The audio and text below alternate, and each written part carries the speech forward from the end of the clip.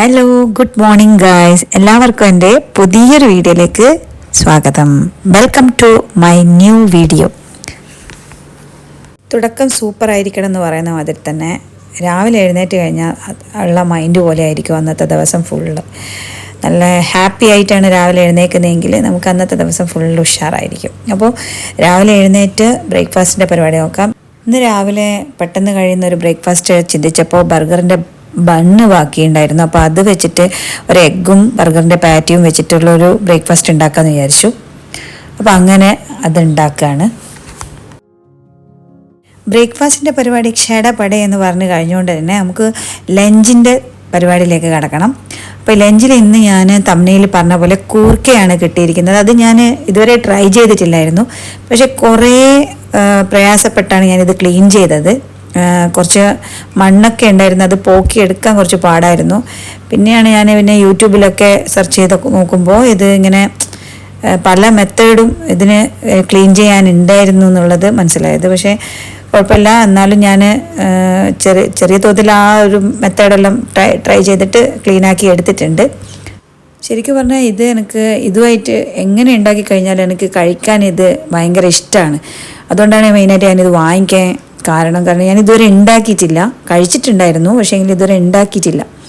അപ്പോൾ ഇന്ന് ട്രൈ ചെയ്ത് നോക്കണമെന്ന് വിചാരിച്ചിട്ട് തന്നെയാണ് ഞാനിത് വാങ്ങിച്ചത്. അപ്പോൾ ആദ്യം ഇത് നല്ലവണ്ണം ഞാനത് ക്ലീൻ ചെയ്തെടുത്തിട്ടുണ്ട്. ഇനി നമുക്ക് കുഞ്ഞു കുഞ്ഞു പീസാക്കിയിട്ട് അത് കട്ട് ചെയ്തെടുക്കണം.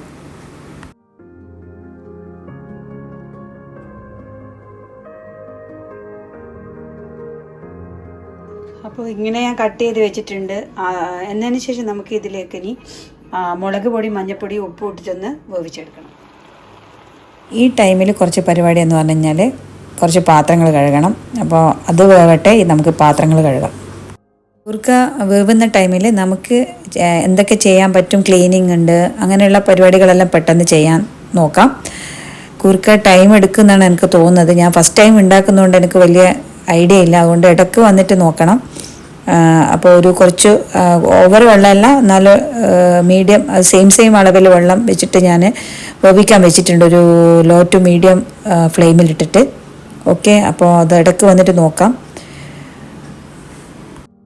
ഇതിപ്പോൾ കൂർക്ക ഏകദേശം വേവ് വന്നിട്ടുണ്ട്, ഏകദേശം നല്ല വെന്തിട്ടുണ്ട്.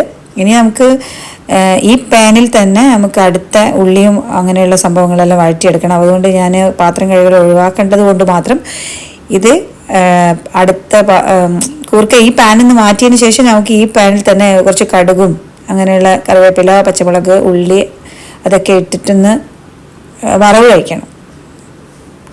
അതിലേക്ക് ചേർക്കാനുള്ളതാണ്. ഉള്ളിയുണ്ട്, പച്ചമുളകുണ്ട്, കറിവേപ്പിലയുണ്ട്, പിന്നെ കുറച്ച് വെളുത്തുള്ളിയുണ്ട്. ഇഞ്ചി ഞാൻ എടുത്തിട്ടില്ല.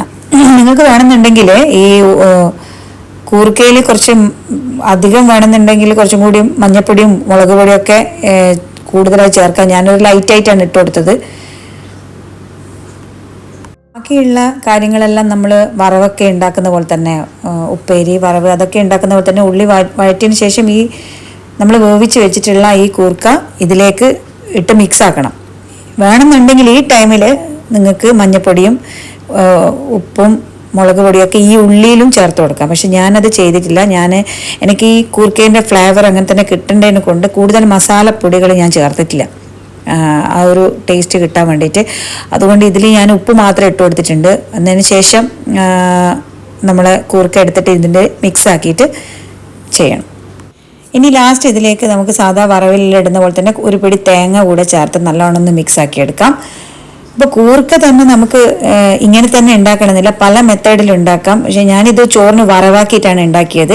ഇനി ഒരു പ്രാവശ്യം എനിക്ക് കൂർക്കയും ബീഫും തമ്മിൽ കോമ്പിനേഷൻ വെച്ചിട്ട് ഒരു റെസിപ്പി ഉണ്ടാക്കണമെന്നുണ്ട്. അത് ട്രൈ ചെയ്യുമ്പം തീർച്ചയായിട്ടും ഞാൻ വീഡിയോ ഇടുന്നതായിരിക്കും. അങ്ങനെ ചോറിനേക്ക് വറവായി കൂർക്ക റെസിപ്പി ഉണ്ടാക്കി വെച്ചിട്ടുണ്ട്. ഇനി നമ്മൾ ചോറിന് വേണ്ടിയിട്ട് കഴിക്കുമ്പോൾ തൈരും കൂടെ കഴിക്കാറുണ്ട്. അപ്പോൾ തൈരും മാറ്റി എടുത്ത് വെച്ചിട്ടുണ്ട്. ചോറ് ഞാൻ വേവിക്കാൻ വെച്ചിട്ടുണ്ട്. ഇനി പാച്ചുക്കുട്ടീൻ്റെ കുറച്ച് വിശേഷങ്ങളാണ്. അവൾ അവിടെ ഇരുന്ന് കളിക്കട്ടെ. അപ്പോൾ ഇന്നത്തെ ഈ ഒരു താരായിട്ടുള്ള നമ്മുടെ കൂർക്ക റെസിപ്പി നിങ്ങളും ഒന്ന് ട്രൈ ചെയ്ത് നോക്കണം. എന്നെ പോലെ തന്നെ ഫസ്റ്റ് ടൈമാണ് നിങ്ങളും ട്രൈ ചെയ്യുന്നതെങ്കിൽ അല്ലെങ്കിൽ ഉണ്ടാക്കി നോക്കുന്നതാണെങ്കിൽ, ഞാൻ കഴിച്ചിട്ടുണ്ട്, മുന്നേ കഴിച്ചിട്ടുണ്ട്, പക്ഷേ ഫസ്റ്റ് ടൈമാണ് ഞാൻ കുക്ക് ചെയ്യുന്നത്. പക്ഷെ അതുകൊണ്ട് ഈ ഒരു സിമ്പിളായിട്ട് തന്നെ സ്റ്റാർട്ട് ചെയ്ത് കഴിച്ചു നോക്കുക.